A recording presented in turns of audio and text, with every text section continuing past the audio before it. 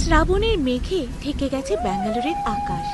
হালকা হালকা বৃষ্টি পড়ছে, আর মনটা যেন উড়ে যায় এক টুকরো বাংলায়। মার হাতে বানানো ইলিশ ভাজা, পাট পাতায় মোড়ানো ভেটকি পাতুরি, বা শীতের সকালে বাজার থেকে তুলে আনা গন্ধরাজ লেবু, মানকচু, লতি, চন্দ্রমুখী, আলু, এই সব কিছু কি আপনি মিস করছেন? কিন্তু ফুড ফান ইন্ডিয়া ঠিক করেছে, আর না, বাংলা তোমার কাছে আসবে, তোমার দুয়ারে। কলকাতার টাটকা ইলিশ, পার্শে, গলদা চিংড়ি, ট্যাংরা, কলকাতা থেকে সরাসরি আপনার দুয়ারে।